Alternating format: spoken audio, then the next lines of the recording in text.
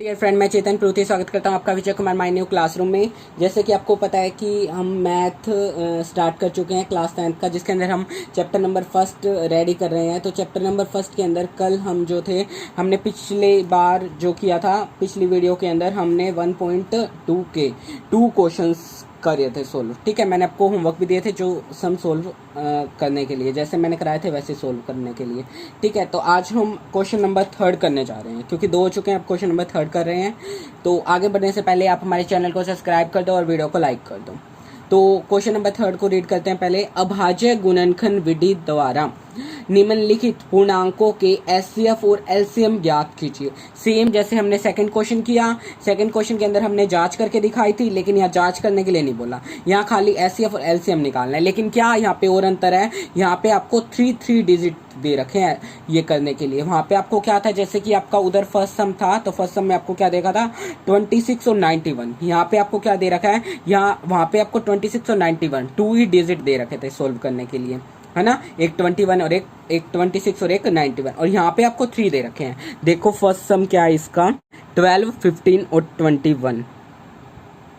12, 15 और 21 यही है ना। इसको हम क्या करेंगे, वही एचसीएफ और एलसीएम दोनों निकालेंगे। देखो कैसे करेंगे, तीनों को पहले एलसीएम लेंगे। देखो 12 को 2 से चला जाएगा, 2 6 जा 12 होता है, 6 हो जाएगा 2, फिर 3 पे जाएगा 6, फिर 3 अपने ही टेबल में आता है, 3 1 जा 3।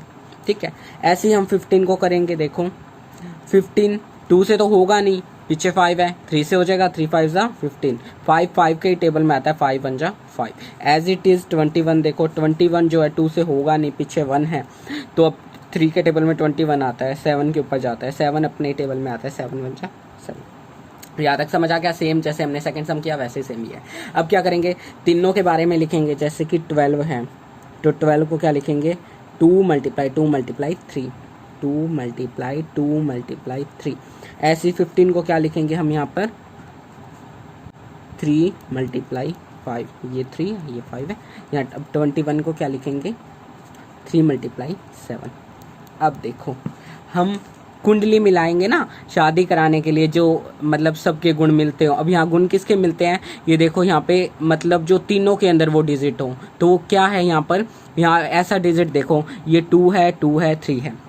यहाँ देखो पहले ये देख लो, 2 है इन तीनों के अंदर नहीं है, 3 है इन तीनों के अंदर, हाँ बिल्कुल, तो 3 हमारा मिल गए, तो 3 हमारा क्या निकला है, जो मिल जाए, है ना। तो अब हमने इनकी शादी करा दी। अब ये क्या हो गए, जो कॉमन हो गए, है ना। तो अभी ये जो हमारा कॉमन हो गया, वो मैंने आपको बताया था कि वो क्या हो जाएगा हमारा, जो तीनों के अंदर मिल गया, या 2 होते तो दोनों में मिल जाता, यानी कि अब यहाँ पे आपके 3 डिजिट वाले हैं तो तीनों के अंदर मिलाएंगे। पिछले सेकंड सम के अंदर हमारे 2 डिजिट वाले क्वेश्चन थे, तो 2 के अंदर मिलने चाहिए थे, अब 3 में तीनों के अंदर मिलना जरूरी है, तो ऐसे हमारा क्या हो जाएगा 3। अब हम एलसीएम निकालेंगे इसी का, तो एलसीएम हम कैसे निकालेंगे उसको ध्यान दो। एलसीएम जैसे कि मैंने आपको ट्रिक बताया था कार्ड वाली बात, कि कार्ड देखो, अब इनके घर तो शादी हो चुकी है, अब शादी एक परिवार को तो एक ही कार्ड देते हैं, बाकी ये सारे परिवार तो अलग अलग है, इनके घर तो अलग अलग कार्ड देना पड़ेगा। अब देखो, अब हमने कार्ड देखो यहाँ पे, अब हम इनके घर एक कार्ड देना है, ये 3 को एक घर मान लो, तो हम यहाँ पे लिखेंगे 3। ठीक है, अब इन सबको तो हम अलग अलग लिखेंगे। उसके बाद 2 रह गया ना, फिर उसके बाद 2, फिर उसके बाद 5 बच गया था यहाँ, उसके बाद क्या बच गया था 7। यहाँ तक समझ आ गया, तो ये था हमारा। अब इसको क्या करेंगे हम, वो मल्टीप्लाई करके लिखना था ना, तो कैसे लिखेंगे, 3 × 2 × 2 × 5 × 7, ऐसे लिखेंगे। अब इन सबकी मल्टीप्लाई कर देंगे, 3 2 जा 6, 6 2 जा 12, 12 5 जा 60, और 67 जा कितना होता है 420। दिस इज हमारा क्या हो गया एलसीएम। अब आपको पता लग गया एचसीएफ क्या निकला, एलसीएम क्या निकला। ठीक है, अब हम पहले तो इसका लिखने का ढंग देख लेते हैं। अब हमको एचसीएफ भी हमारा निकला, एलसीएम भी निकला, 2 2 बार आया हुआ ना, अब मैं 2 को 2 की 2 भी लिख सकता हूँ, है ना। फिर उसके बाद मल्टीप्लाई करूँ, 5 और 7 तो अलग अलग ही हैं, 5 और 7 को वैसे ही मैं अलग लिख दूंगा। समझ आ गया हर एक बच्चे को, आ गया। साथ साथ आप अपनी कॉपी पे राइट भी करते जाया करो, ठीक है, क्वेश्चन आपको आसानी से समझ आ जाया करेगा। अगला पार्ट देखो इसका क्या है, अगला भी सोल्व कराता हूँ, टोटल 3 है, तो अगला भी करा देता हूँ। अगले में आपको क्या दे रखा है, 17, 23 और 29, ये दे रखा है ना। अब देखो इन तीनों को करेंगे पहले एलसीएम, है ना। अब देखो 17 तो खाली अपने टेबल में आता है, 17 बन जा 17। अब 23 जो होता है 23 भी अपने टेबल में आता है, 23 बन जा 23। ऐसे ही 29 किसी भी टेबल में नहीं आता, खाली अपने टेबल में आता है, तो 29 बचा 29, यही होता है ना। अब देखो आगे क्या करेंगे ये। अब हम इसको कैसे लिख सकते हैं, हम इसको ऐसे लिख सकते हैं सबको बराबर करके, जैसे 17 है, इसको मैं ऐसे लिख दूं 17 × 1, ये लिख सकता हूँ ना। तो ऐसे लिख देंगे तो मतलब 17 ही होगा, 17 बन जा 17, ऐसे ही होगा। तो 23 को क्या लिख दूँ 23 × 1, ये लिख सकता हूँ ना। 29 को क्या लिख दूँ 29 × 1। अब सब में कॉमन लेना था, कॉमन क्या हो गया हमारा 1, सब में कॉमन हो गया, अदरवाइज वरना हमारा कॉमन कोई नहीं होता, तो हमारा सब कॉमन जो बन जाता है हमारा, उसको हम क्या बना देते हैं एचसीएफ हमारा क्या हो गया 1, बाकी सब। अब देखो 1 तो हमारा ये है, अब हमको एलसीएम लेना है। एलसीएम क्या करेंगे, लेकिन मैं आपको समझाने के तरीके से कि वैसे तो हमारा 1 आ गया, लेकिन मल्टीप्लाई करेंगे तो वही बात है, लेकिन वैसे तो खाली आप इनकी मल्टीप्लाई करोगे आंसर वही आएगा, लेकिन आपको बताने के लिए 1 को हम किसी डिजिट से मल्टीप्लाई करते हैं वही आंसर आता है, तो हम 1 को भी ले लेंगे। तो 1 हमारा ये आया था, आप इसको 1 भी ले लो, ठीक है। वैसे तो 1 लिखने की जरूरत नहीं है, लेकिन आपको आसानी से समझ आ जाएगा, क्योंकि मैंने पिछले समय भी बताया था ना, पहले हम एचसीएफ जो हमारा निकलता है कॉमन उसी को ले लेते हैं, कोई दिक्कत नहीं है, क्योंकि यहाँ 1 तो किसी भी डिजिट से करेंगे तो वही आंसर निकलेगा, ले भी सकते हो नहीं भी ले सकते, कोई दिक्कत नहीं है। 1 को मल्टीप्लाई करेंगे 17 को मल्टीप्लाई कर देंगे, इसी के साथ मल्टीप्लाई कर देंगे 23 की, और ऐसे मल्टीप्लाई कर देंगे 29 की, यही हो जाएगा ना। अब इन तीनों की अलग से पेज के ऊपर मल्टीप्लाई करके देख लो, 1 × 17 × 23 × 29, इन सब की एक अलग से साइड के ऊपर मल्टीप्लाई करके देख लो, 1 × 17 × 23 × 29, इन सब की एक अलग से साइड पे मल्टीप्लाई करके देखो। हाँ हमने मल्टीप्लाई कर ली, हमारा आंसर आया 11339, ये हमारा क्या निकल आया एलसीएम। इसके अंदर कोई डिजिट ऐसा नहीं है जिसको मैं 1 की वैसे करके लिख सकता हूँ, तो यहाँ हमने सीधा 1 ही लिख दिया था, 1 × 17 × 23 × 29, तो ये हमारा क्या हो गया, हमारा एचसीएफ भी निकल आया, एलसीएम भी निकल आया, ठीक है।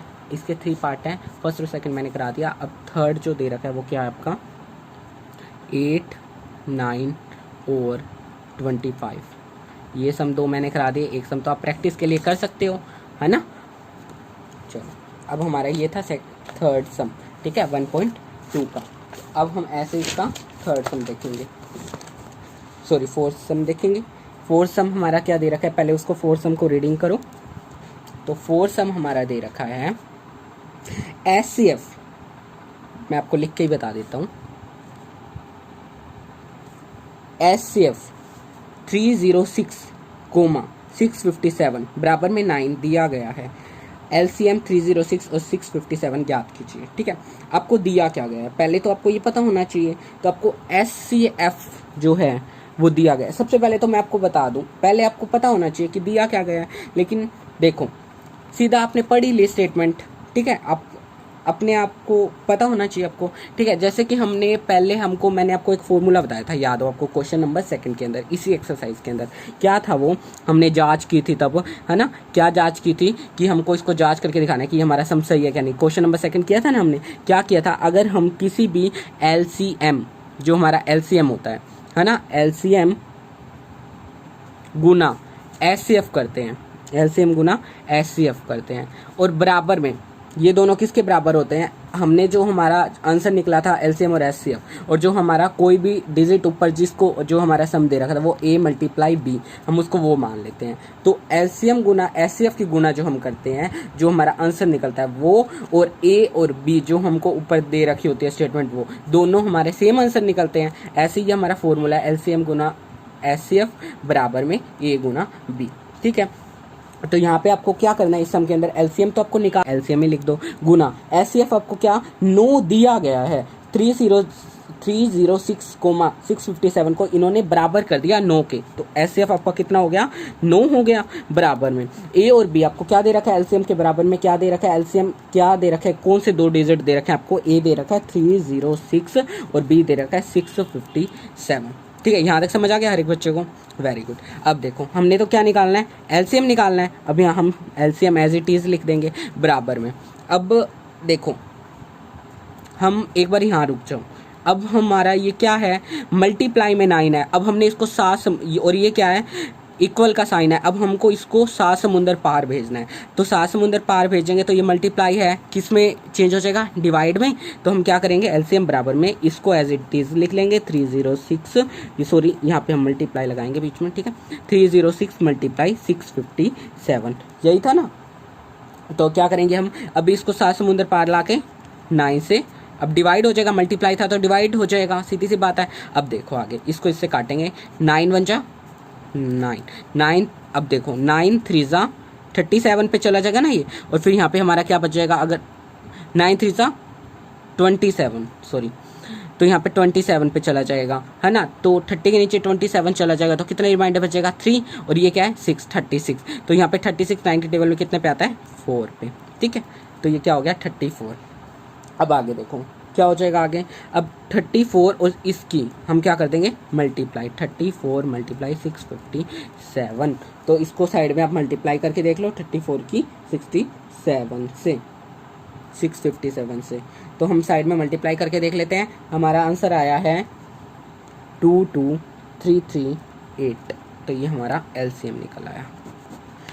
आपके आज 2 क्वेश्चन थे, जिसके अंदर से मैंने आपको थर्ड सम के अंदर जो था एक ही सम दिया है होमवर्क करने के लिए, एक ही पार्ट, और ये 4 सम मैंने कंप्लीट ही करा दिया। आई होप आपको ये वीडियो मेरी अच्छी लगी होगी और क्वेश्चन आपको अच्छे से समझ आ गए होंगे। अगर आपको फिर भी कोई डाउट है तो कमेंट बॉक्स में बता दो। अगर कोई सम सोल्व नहीं होता तो भी मुझे बताओ।